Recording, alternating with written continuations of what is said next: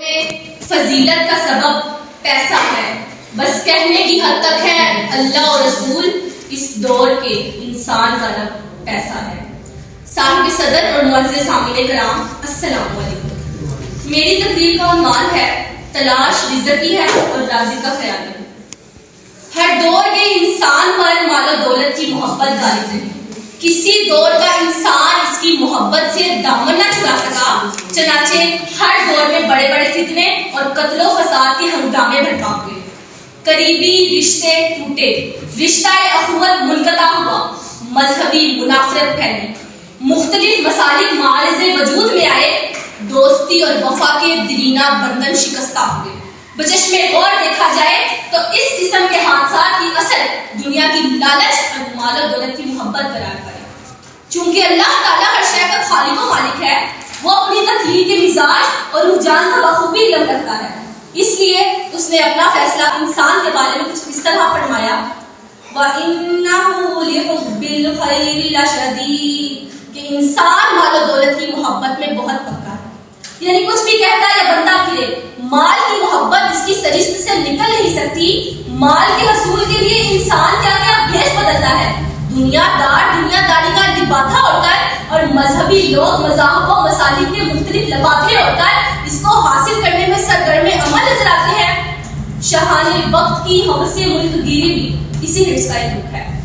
تلاشِ رزق گھٹاتی ہے شان رفت کو، ہما زمین پر آتا ہے استغفار کے لیے۔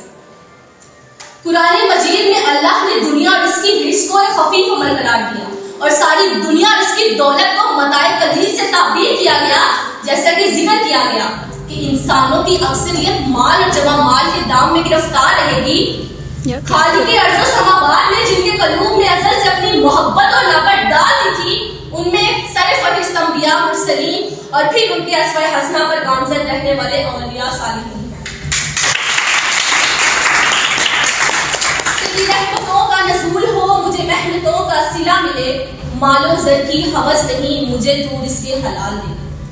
جناب صدر، دنیا کی محبت دل سے نکالنا عام انسانوں کی بات ہے، کیونکہ یہ ایسی بلا ہے جس سے جان چھڑانے میں بندگان خاص کو بھی سال کی کٹھن ریاضتوں سے گزرنا پڑتا ہے، اور دل کے آنگن کو ماں سوا اللہ کی رحمت سے خالی کرنا پڑتا ہے۔ پہلے دل کو دنیا سے ویران اور پھر اسے محبوب حقیقی کی یاد اور اس کے ذکر سے آباد کرنا پڑتا ہے۔ اے طاہر لاہوتی، اس رزق سے موت اچھی جس رزق سے آتی ہو پرواز میں کوتاہی۔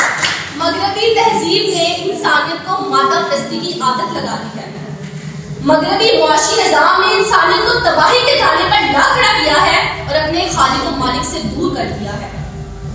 مغربی معاشی نظام نے انسانیت کے لیے جو وسائل پیدا کیے، اس کا حل صرف اور صرف اسلام کے پاس ہے۔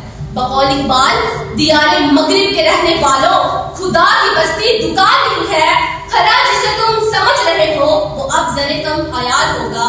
تمہاری تہذیب اپنے خنجر سے آگے خودکشی کرے گی، جو شاخ نازک پہ آشیانہ بنے گا نہ پائیدار ہوگا۔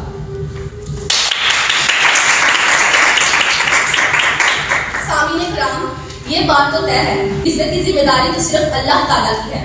جنگل کے جانور ہوں، ہواؤں میں پرندے، مچھلیاں ہوں یا کیڑے مکوڑے، کوئی بھی مخلوق اپنا رزق اٹھائے تو نہیں پھرتی، مگر ایک انسان ایسی مخلوق ہے کہ جس کو دنیا داری اور دنیاوی دولت اکٹھی کرنے کا ہر وقت جنون طاری رہتا ہے، اور اس ہوس کو پورا کرنے کے لیے وہ ہر جائز اور ناجائز طریقہ اختیار کرتا ہے۔ نبی کریم صلی اللہ علیہ وآلہ وسلم کا فرمان ہے کہ مجھے میری امت کے بارے میں یہ ہرگز فکر نہیں کہ وہ کسی انسان، کسی ستارے یا کسی بت کی پرستش کرے گی، بلکہ فکر تو اس بات کی ہے کہ وہ مال و دولت کو حاصل کرنے کے لیے ایک دوسرے کا قتل کرے گی، فساد برپا کرے گی اور ایک دوسرے کا خون بہائے گی۔ جناب صدر، اسلام میں تو کوئی بھی ایسا ذریعہ معاشر نہیں کہ جس میں رہنمائی نہ کی ہو۔ مثلاً سود کو اللہ اور اس کے رسول نے جنگ کی مترادف قرار دیا اور ساری دنیا اور اس کی دولت کو متاع قلیل سے تعبیر کیا گیا۔ مادہ پرستی کی حرص نے انسان کو اندھا کر دیا، اور وہ مال جمع کرتے کرتے اس بات کو بھول جاتا ہے کہ اس نے ایک دن مرنا بھی ہے اور اپنے رب سے ملاقات کے بعد سارے جمع مال کا حساب بھی دینا ہے۔ تو صدر ذی وقار، آج کا انسان مادہ پرستی میں پھنس کر اللہ کو بھول گیا ہے، تو مجھے یہ کہنے میں کوئی عار محسوس نہیں ہوتا کہ اللہ کو بھول گئے لوگ فکر روزی میں، تلاش رزق کی ہے اور رازق کا خیال ہے۔